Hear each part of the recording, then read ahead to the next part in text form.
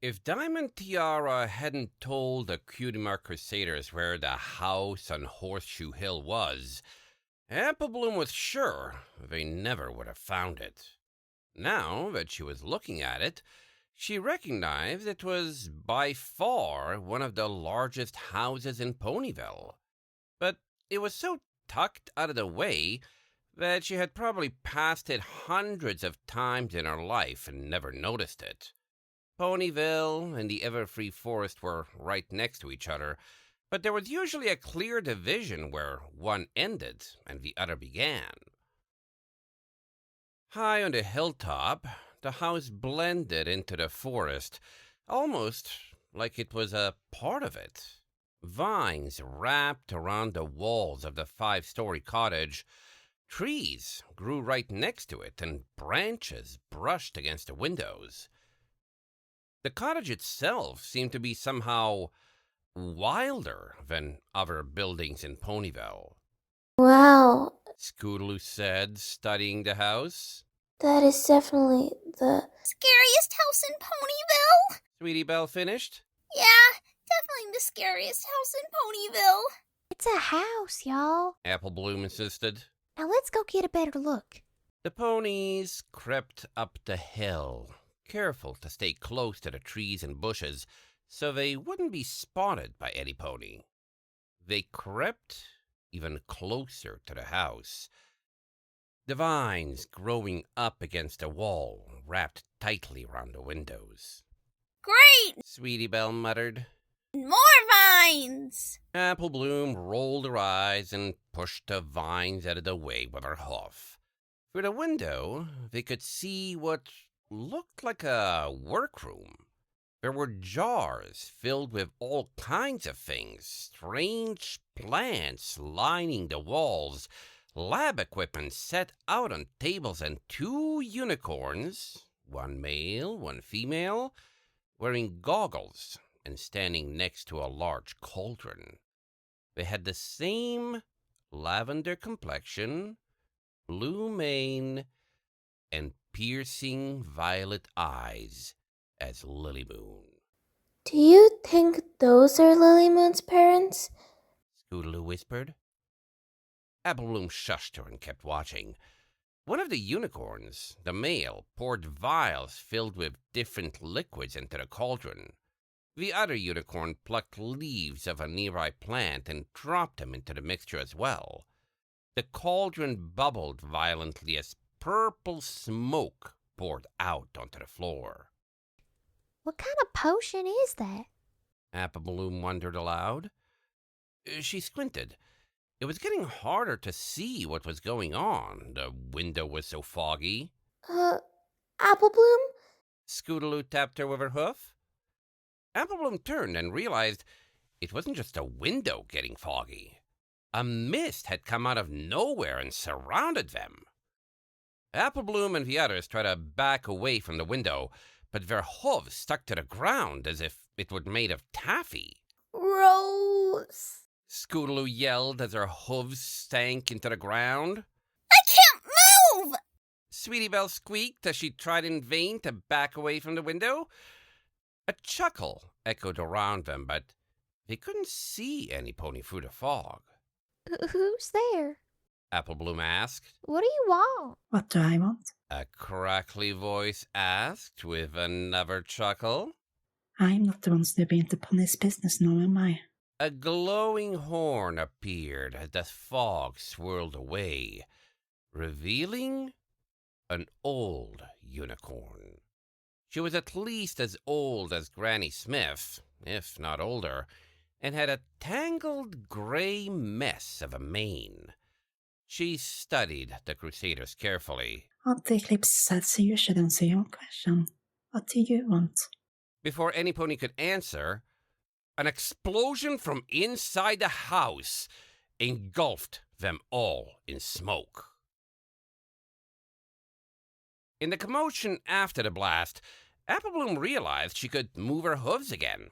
She could hear Auntie Eclipse coughing and didn't waste any time. She turned to run in the opposite direction. This way. She yelled.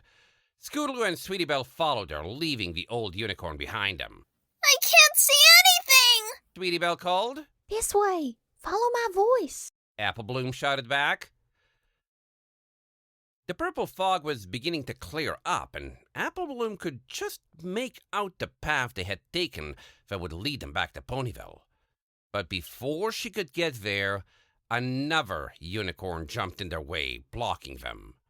Over here, Auntie. I'm not the one She snooping yelled. into Pony's business. The fog had am I? cleared enough for Apple Bloom to see the Eclipse pony said clearly.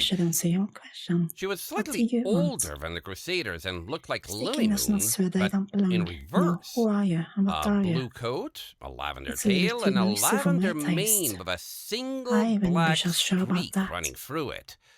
She lowered her head, and her horn glowed brightly, lifting the Crusaders off the ground. Hey, let us down. Scootaloo yelled. The unicorn's horn glowed again, and the Crusaders suddenly found they were unable to speak. Well done, Ambermoon. Auntie Eclipse said as she walked slowly toward them. Now we can get some answers. Is every pony okay? The female unicorn with the goggles came rushing out of the house. She saw Auntie Eclipse and the other unicorn, Ambermoon, with the floating Crusaders. What's going on out there? She asked cautiously. Well, that didn't work, the male pony said as he walked outside. We're never going to be able to break into the live wood if we... Blue Moon. The female unicorn said loudly, interrupting his thought mid-sentence. We have intruders. The male unicorn, Blue Moon, raised his goggles and studied the Crusaders. Intruders. They're just... Sticking us not where they don't belong. Auntie Eclipse insisted. She turned to the Crusaders. No, who are you and what are you? Auntie. Ambermoon gasped. Look. Auntie Eclipse and the others followed Ambermoon's gaze. She was staring at the Crusaders' matching cutie marks. Well, look at that. Blue Moon whispered. He studied the Crusaders with renewed interest. Who in Equestria are the three of you? I know who they are, said a voice from the doorstep. Every pony turned to see Lilymoon standing there. They go to my school. I'll deal with them. You didn't mention you were going to have guests. The female unicorn with the goggles said. Sorry, Mother. Lilymoon said calmly, her eyes never leaving the Crusaders. It must have slipped my mind. Lilymoon's mother nodded to Ambermoon. Her horn flashed as she released the Crusaders, dropping them gently to the ground. Lilymoon's mother looked down at them, her eyes darting to their cutie marks. I'm Lumi Nation, Lily's mother. She didn't smile as she spoke. In fact, she didn't seem particularly friendly at all. This is her father, Blue Moon, her sister, Ambermoon, and our aunt, Eclipse. Each of the unicorns nodded to the Crusaders. Lilymoon doesn't often bring friends around. We apologize for any confusion. No problem. Apple Bloom said, watching Lilymoon carefully as she spoke. We just wanted to stop by and see how you were liking Ponyville so far. It's a little too noisy for my taste. Auntie Eclipse muttered. A look from Lumination quieted her. Blue Moon grinned wildly at the Crusaders like he was trying a bit too hard to be friendly. Personally, I find Ponyville full of surprises. He said. For example, I see you all have matching cutie marks. That's definitely different. The entire family looked at the Crusaders expectantly. Yeah, it's actually pretty awesome. Scootaloo showed off her cutie mark. Ponies are always interested since we've got the only matching cutie marks in Equestria. I wouldn't be so sure about that. Auntie Eclipse whispered. Apple Bloom looked more closely at Lilymoon family's cutie marks. Where Lilymoon had her spell book, Ambermoon had a potion bottle, Lumination had a leaf, and Blue Moon had a star. But on top of those symbols, they each had exact same bright moon, smoke, and lightning. Lilymoon's family had matching cutie marks, just like the Cutie Mark Crusaders. Despite Lilymoon's family wanting to know absolutely everything about the CMCs and their matching cutie marks, Lilymoon convinced them she needed to talk to her friends alone. She brought the Crusaders into Auntie Eclipse's library. There were some old and dusty chairs, tables, and couches scattered throughout the room. A large map of Equestria hung on one wall. Below it was an equally large map of what looked like the Everfree Forest. There were strange artifacts lying around, and, of course, most of the room was filled ceiling to floor with shelves of ancient-looking books. Lilymoon slid the library door closed and turned to glare at the Crusaders. What are you doing here? She asked. We'll ask the questions. Scootaloo said aggressively. We saw what you were doing with those rocks in the forest. Just like the books in the schoolhouse. We caught you red-hoofed. Don't try to deny it. You don't know what you're talking about. Lilymoon responded flatly. Oh yeah? Then why did you have your tree attack us? Scootaloo demanded. Lilymoon snorted and rolled her eyes. I saved the three of you from that poison joke tree because you obviously didn't have any idea how to take care of yourself in the forest. Poison joke tree? I thought poison joke was on the ground. Sweetie Belle said. Apple Bloom wasn't sure what to think. Lilymoon sighed. Poison joke also grows on trees. It's rare, but it happens. The leaves pulse you up until the leaves infect you. The only way to get free is to find the tree's ticklish spot. You were the tickling tree? Sweetie Belle asked incredulously. You saved us? Of course I did. I wasn't Lilymoon arched an eyebrow. going to let you get hurt just because you were spying on me.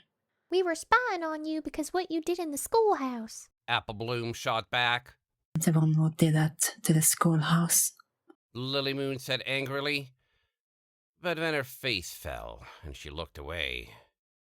But I'm the one who's still responsible. She added quietly. Say what now? Apple Bloom asked. Lilymoon studied the Crusaders, as if she was weighing her options. It was a boggle. She finally said. What's a boggle? Asked Scootaloo. A boggle is a creature that lives in deep forests. They're very rare, just like poison joke trees. Lilymoon's cold exterior melted slightly as she explained things. Are they scary looking? Asked Sweetie Belle. No pony knows exactly what they look like. They're invincible. Lilymoon explained. In fact, there's a lot of ponies that don't know about them. She walked over to one of the bookshelves and searched. That's why my family moved here. She added. For boggles? Asked Apple Bloom. No. Lilymoon said as she searched. Closer to the Everest forest, it's kind of the obsession, to be honest. There's just so much ponies don't know about it here. She used her horn to levitate a book off the shelf, placing it on a nearby table.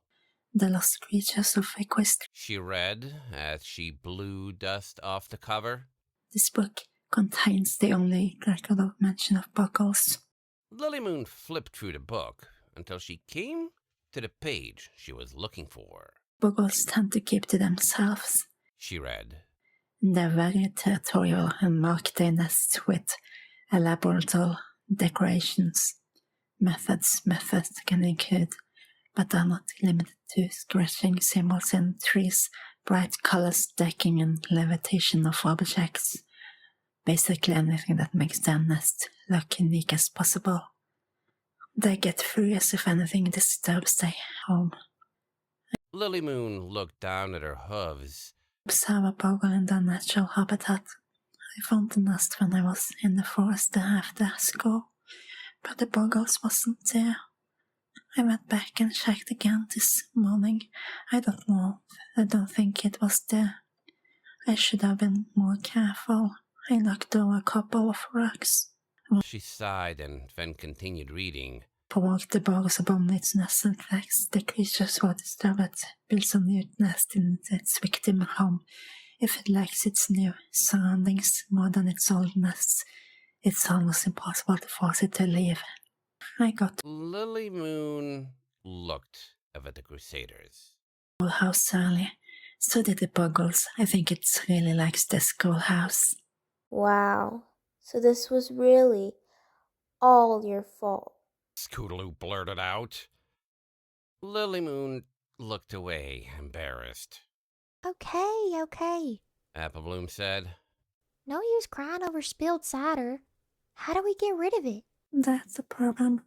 Lilymoon said, flipping to the next page. It doesn't say anything else about boggles. I was hoping when class started out the noises would scare it off, but that obviously didn't happen. So I tried rebuilding its old nest, hoping it would miss it and return. But I don't think it wants to leave the schoolhouse. She looked at the Crusaders, and for the first time, she wasn't glaring at them. She seemed scared. I don't think there's a way to get rid of it. Has to be some way to get rid of it. Scootaloo insisted. This is your aunt's library, right? Maybe we could ask her? No, Lilymoon said firmly. we can't do that. Why not? Sweetie Belle asked. Lilymoon glanced back, making sure the door to the foyer was still closed. Because I'm not supposed to go out in the forest without them. So what were you doing out there? What's a boggle? Asked Scootaloo. A boggle is a creature that lives in deep forests. They're very rare, just like poison joke trees. Lilymoon's cold exterior melted slightly as she explained things. Are they scary looking? Asked Sweetie Belle. No pony knows exactly what they look like. They're invincible. Lilymoon explained. In fact, there's a lot of ponies that don't know about them. She walked over to one of the bookshelves and searched. That's why my family moved here. She added. For boggles? Asked Applebloom. No, Lilymoon said as she searched. closer to the Everest forest, it's kind of the obsession, to be honest. There's just so much ponies don't know about it here. She used her horn to levitate a book off the shelf, placing it on a nearby table. The Lost Creatures of Equestria. She read as she blew dust off the cover. This book contains the only record of mention of boggles. Lilymoon flipped through the book until she came to the page she was looking for. Boggles tend to keep to themselves. She read. They're very territorial and mark their nests with elaborate decorations. Methods can include, but are not limited to, scratching symbols in trees, bright colors, decking, and levitation of objects. Basically anything that makes their nest look unique as possible. They get furious if anything disturbs their home. Lilymoon looked down at her hooves. Observe a bogle in their natural habitat. I found the nest when I was in the forest after school, but the bogles wasn't there. I went back and checked again this morning. I don't know. I don't think it was there. I should have been more careful. I knocked over a couple of rocks. She sighed and then continued reading. provoked the bugs upon its nest and tracks. The creatures were disturbed, builds a new nest in its victim home. If it likes its new surroundings more than its old nests, it's almost impossible to force it to leave. I got Lilymoon looked over the Crusaders. Schoolhouse early. So did the Buggles. I think it really likes the Schoolhouse. Wow. So this was really all your fault. Scootaloo blurted out. Lilymoon looked away, embarrassed. Okay. Applebloom said. No use crying over spilled cider. How do we get rid of it? That's the problem. Lilymoon said, flipping to the next page. It doesn't say anything else about Buggles. I was hoping when class started out the noises would scare it off, but that obviously didn't happen. So I tried rebuilding its old nest, hoping it would miss it and return. But I don't think it wants to leave the schoolhouse. She looked at the Crusaders, and for the first time, she wasn't glaring at them. She seemed scared. I don't think there's a way to get rid of it. Has to be some way to get rid of it. Scootaloo insisted. This is your aunt's library, right? Maybe we could ask her? No, Lilymoon said firmly. we can't do that. Why not? Sweetie Belle asked. Lilymoon glanced back, making sure the door to the foyer was still closed. Because I'm not supposed to go out in the frost without them. So what were you doing out there? Applebloom asked. Lilymoon sat down on one of the ancient chairs, and a cloud of dust flew around her. My father is an expert on reading the stars. Astrology, science, magic. My mother spends her life studying the plants of Equestria. She can recognize every leaf, root, branch, and berry that exists, especially the ones with magical properties. My sister Jeanette Shaw with potions and spells and Eclipse. Well, she knows everything about anything that has ever happened in Equestria. They sound smart. Why don't we want to ask them how to get rid of the bogle again? Sweetie Belle asked, confused. I can hear exactly what they would say. Lilymoon groaned. Oh, Lilymoon, you shouldn't have gone out alone. Oh, Lilymoon, don't mess with things you don't understand. Oh, Lilymoon, why can't you be brilliant, amazing, just like the rest of us? Oh, Lilymoon, why are you such a disappointment? Lilymoon frowned at the Crusaders. My family has a very high expectations. I was exploring the forest of Transylvania with my mother when I got my cute mark. We were studying the flight patterns of peritons. What's a periton? Asked Scootaloo. Not now. Scolded Applebloom. She nodded to Lilymoon to continue. I wasn't sure what the book had to do with magical creatures.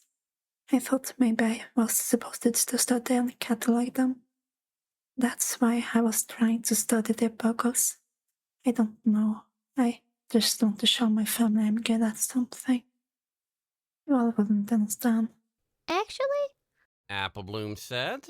I think we have a pretty good idea of what it's like to want to figure out what you're good at and prove yourself to ponies you look up to. You too? Lilymoon asked. Definitely. Applebloom turned to the others. So, Crusaders, what do you say? I say we're gonna come up with a plan to catch a bogle. Scootaloo said. I say I'm going to regret everything about this. Sweetie Belle said with a groan. Lilymoon stared at the Crusaders. She looked confused. Why wouldn't you help me? That's what friends do. Applebloom responded simply. I don't have friends. Lilymoon replied. Well, with that attitude, I can see why. Scootaloo fired back. Applebloom shot her a look. What? Scootaloo asked innocently. She's right. Lilymoon admitted. I don't know if you'd noticed, but my family isn't exactly warm and fuzzy. I guess I'm always come across as a little different, so no pony ever asked to be my friend, and I never tried. Well, you got 3 friends now, Applebloom said. and we're gonna help you fix this. Thank you. Lilymoon said, relief flooding her face. Now, Applebloom said. let's think this through. She paced back and forth. You said boggles like decorating their nests, right? Lilymoon nodded. They hate when any pony disturbs them? Pip found that out the hard way. Scootaloo reminded them. Well then, the first part of the plan is easy. We mess up the schoolhouse and make the boggle mad. Applebloom said to the others. That is a terrible plan! Sweetie Belle groaned. I don't know about you ponies, but I would prefer not to be grabbed by my hooves and tossed around the room by an invisible monster. He would have to catch us first. Scootaloo said confidently. That could work. Lilymoon said. But then what? I didn't leave the schoolhouse last time.